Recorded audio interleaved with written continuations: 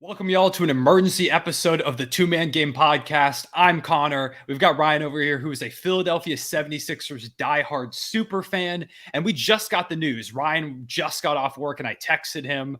James Harden has opted into his player option, not to stay with the Sixers, but to be traded. There was talks about the Sixers not being super willing to commit to him long term and that he might want to go to another destination. So it seems like a trade is on the table. And so, of course, Ryan, what is your initial reaction?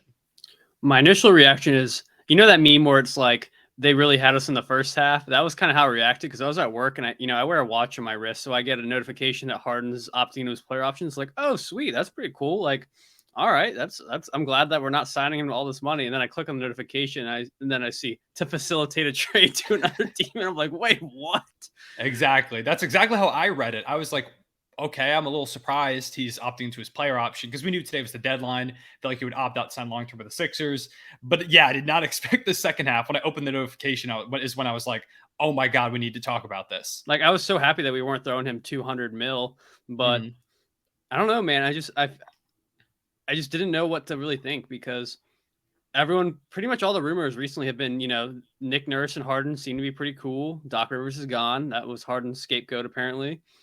And Harden and Beater's going to run it back, and the Sixers are probably just going to, go around the edges with their roster and fill out the team before the season started and try to, run a similar squad back, unless some Tobias Harris crumble cookie trade went down. But other than that, it was looking like a pretty chill offseason for the Sixers. Now the whole team is in jeopardy. So I think this is going to get done in the next 24 hours. Yeah, that's kind of where some of the reports are going. And we've gotten a list of teams that are listed as potential destinations, teams that are in on him right now. The Knicks, the Clippers, the Suns, and the Heat are four teams that we've heard so far coming from Shams and some other sources as being interested in James Harden. I've got thoughts on all of those teams in trading for Harden, but I guess I'll give my initial reaction. I do think not giving Harden a ton of money isn't the worst decision. The one worry is that I don't know if the Sixers get a player back that's equivalent of James Harden or is going to help the team be as good as they would have been with James Harden in this upcoming season. Now, obviously, it didn't work, but I do think if you upgrade some, pieces around the edges and you kept the core together, that maybe you could have again tried to make a finals type of run. I think the Sixers would have been championship contenders. I know some of you out there probably don't, but I think they would have been. So I don't know. To me, I'm gonna have to see how this wraps up before I decide if it's a massive win or a massive loss for the Sixers, or of course, somewhere in between. Which I guess kind of leads us to where we can talk about some of the trade packages. The Clippers are the front runner, according to a couple of sources. But the package that it seems like they're going to be willing to offer is like Norman Powell, Marcus Morris. They've got the contracts of like Covington. I've never vomited at a trade package more so than that. Like, that is so disgusting on all levels. Bones Highland, Amir Coffey, who was originally going to be in the trade when they got Brogdon, and the Porzingis trade before that fell apart. Terrence Mann. I don't know. And there's also some rumors that they had also earlier in the offseason asked about Tobias Harris, so maybe they try and make some mega deal. But the issue with the Clippers to me is we're talking about Daryl Morey here, who held Ben Simmons, he held Ben Simmons hostage for half a year until he got the deal that he wanted. He's not going to trade James Harden for Marcus Morris, Norman. Like, I don't care if that's where Jordan or James Harden wants to go. He's not going to trade Harden for Morris, Powell, Bones Highland, and like a first-round pick.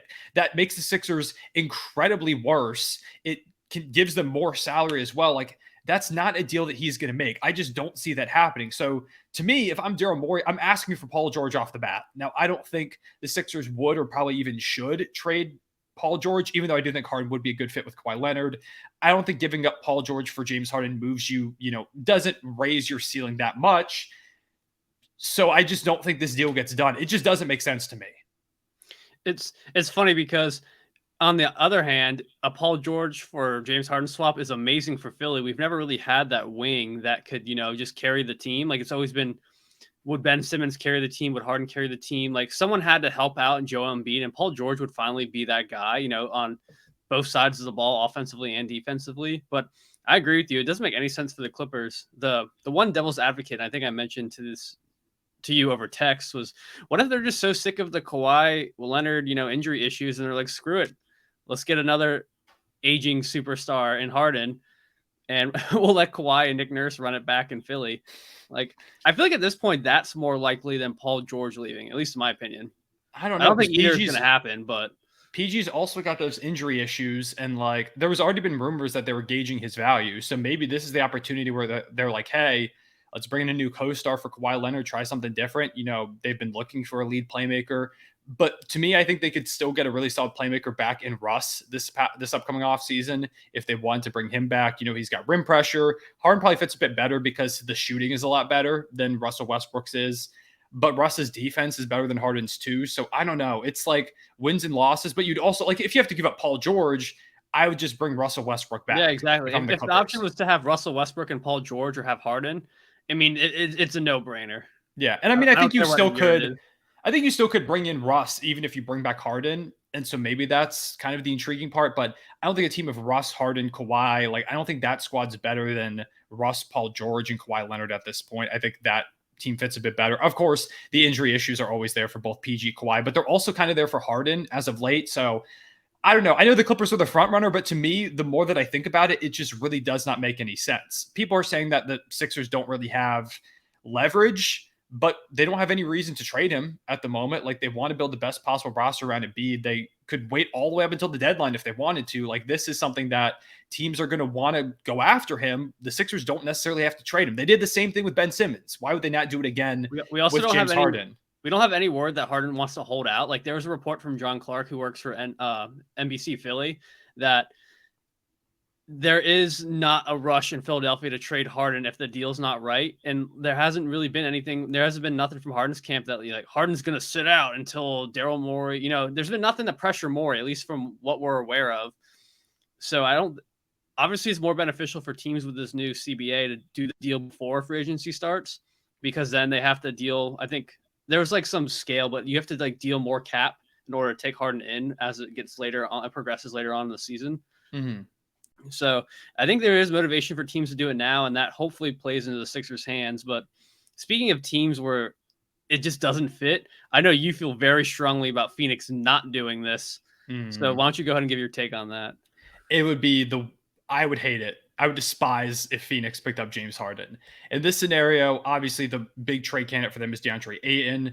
The Sixers don't want Ayton. They don't need another big next to Embiid. So this would be Ayton going to a third team sending assets to Philly, and James Harden going to the Suns. I hate it. I think it's terrible. Like you don't need Harden at all on that Suns team. If you're going to trade Ayton, trade him for depth. You need pieces that can help.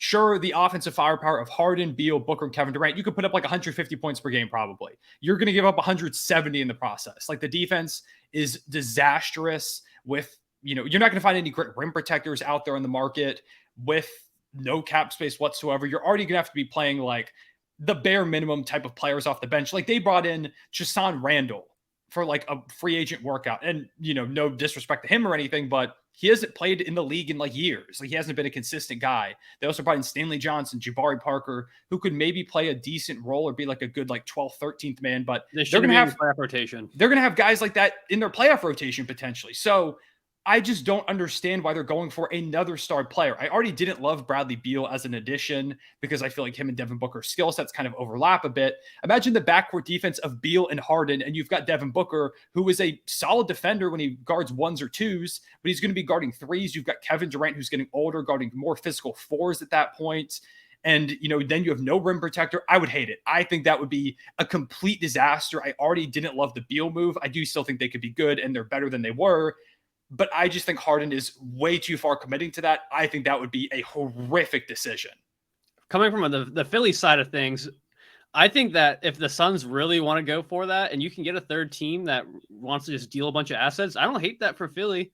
I mean, I don't know who they would get. There's the thing with Dallas potentially, sending Kyrie over, Ayton going to Dallas with Harden going to Phoenix. I mean, Sixers fan, I don't hate that. Charlotte's got a lot of expiring contracts for some decent players. Like they're not James Harden level players, but would I rather have Rozier in Gordon Hayward, or would I rather have Marcus Morris and Norman Powell? I would 10 times out of 10 take Hayward and Rozier. It's still nothing to write home about, but that clears the Clippers trade package in my opinion.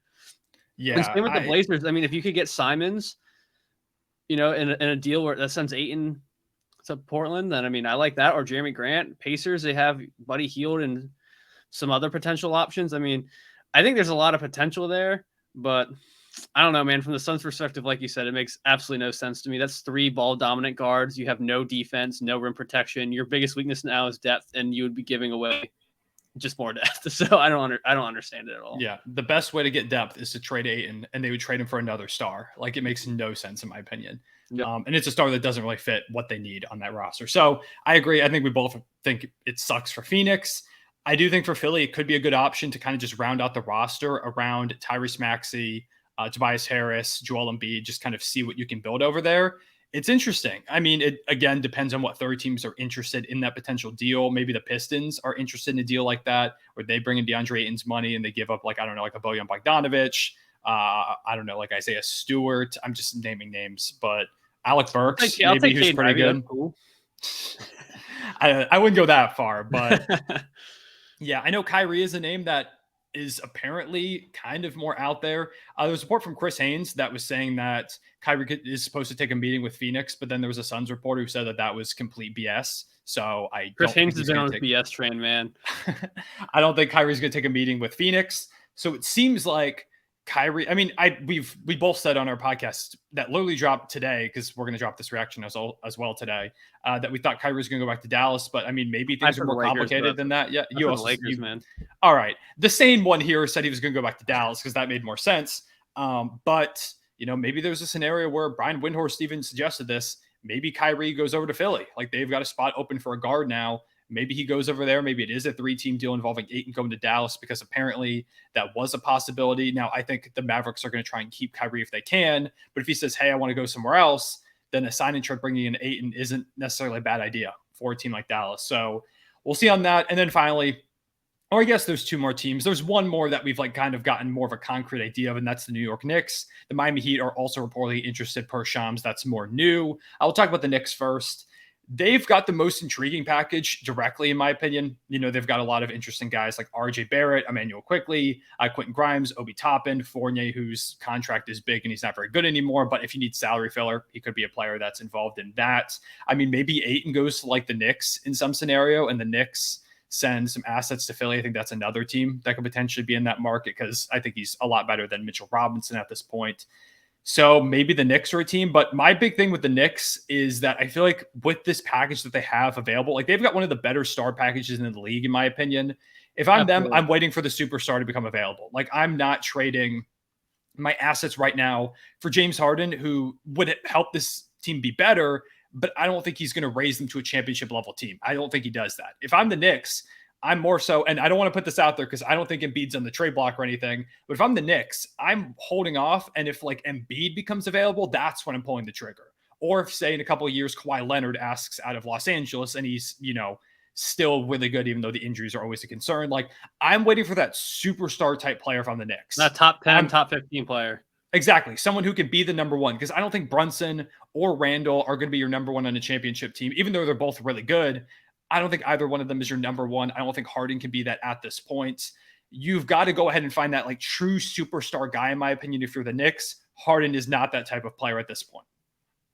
Yeah, man. And it's tough for the Knicks because that's a pretty ugly offense with Julius Randle and James Harden exchanging blows, because neither one of them are known for their shot selection sometimes.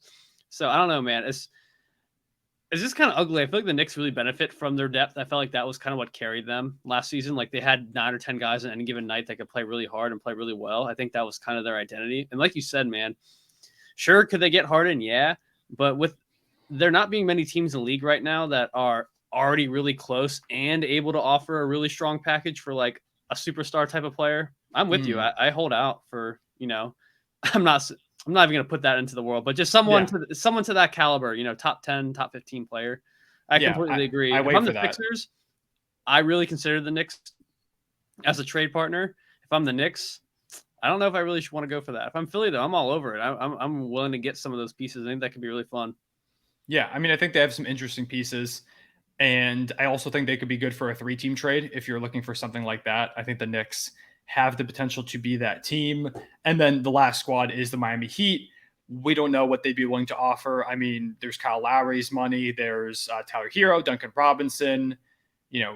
young guy like Nikola Jovic being there on the roster too. Like they've got some guys, maybe Gabe Vincent in like a sign and trade type scenario goes to the Sixers. I think he would be a pretty solid fit there.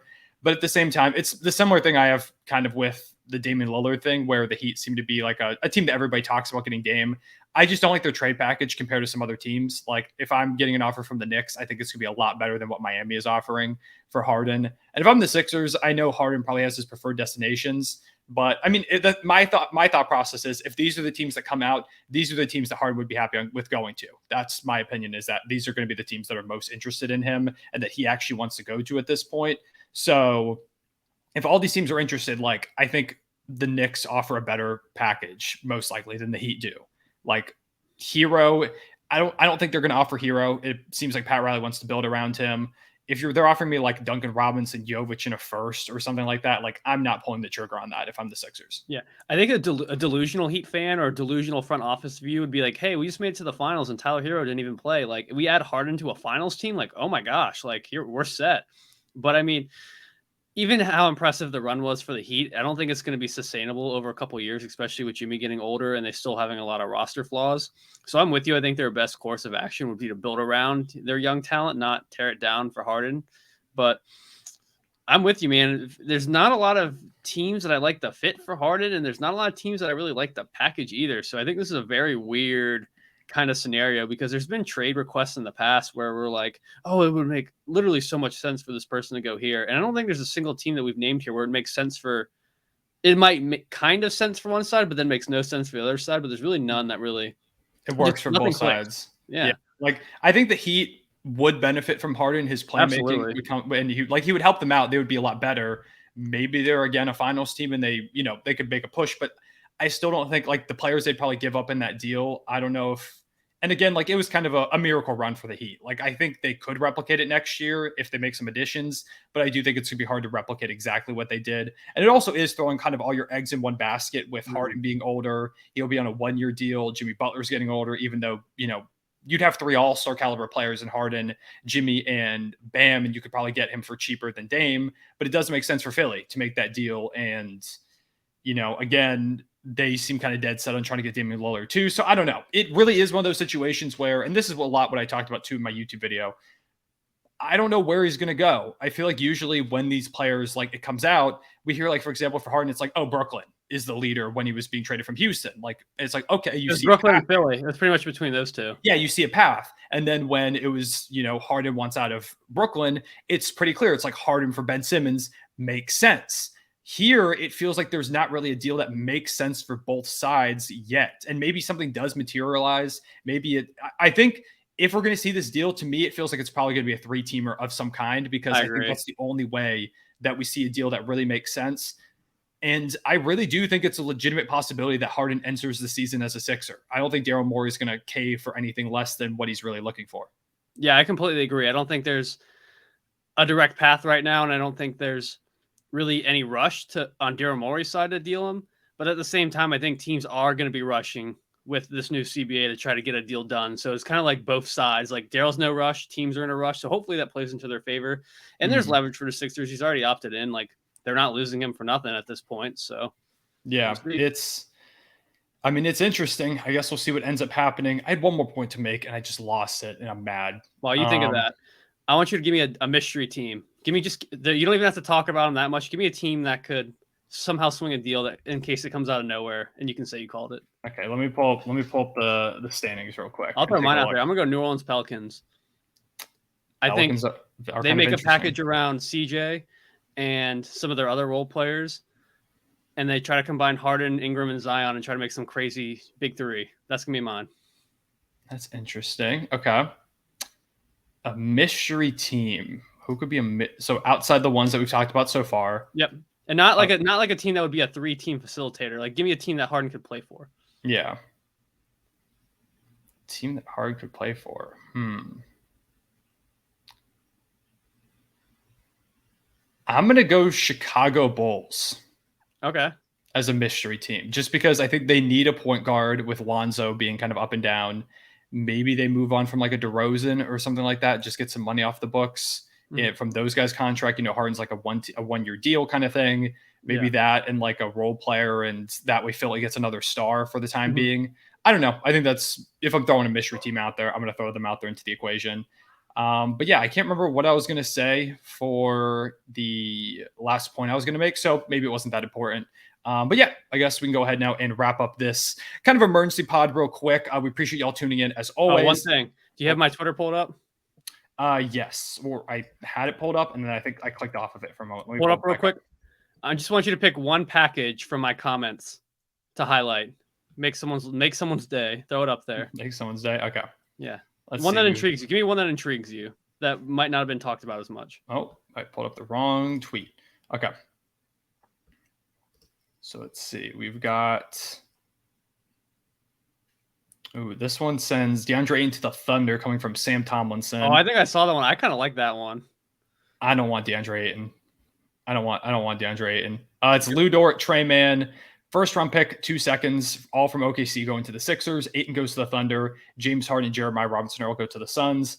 I don't want DeAndre Ayton. I'll say as a Thunder fan, I think Chet's the center. I want someone who can shoot as a big. So I don't love it. I mean, I think and I also don't think the Sixers get enough. Like Dort's fun. That was my thoughts on that too. I think Dort would be a pretty cool pickup, but I don't think that's enough. Yeah. Also, Harden and Dort being traded for each other would be crazy.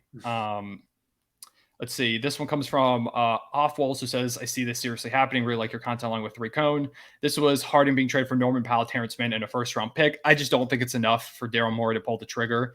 If like at the deadline, nothing's gotten done, maybe he caves for a deal like that, but I don't think he would pull the trigger on that one right now. The Clippers also said they don't want to dear Terrence Mann, according to some sources. So okay. Dilly Whack says Paul George, Norman Powell, Marcus Morris, for Tobias Harris and James Harden. Make something like that work. I mean, getting Paul George is interesting. And I do think bringing Norman Powell would be pretty good. Yeah. Marcus Morris would hurt to bring in. Maybe he revives his career a little bit there in Philly, but he was bad this past season. He's Philly raised, man. Is he? Yeah. Him and Marquis are Philly boys. Oh, I didn't even know that. Okay. Yep.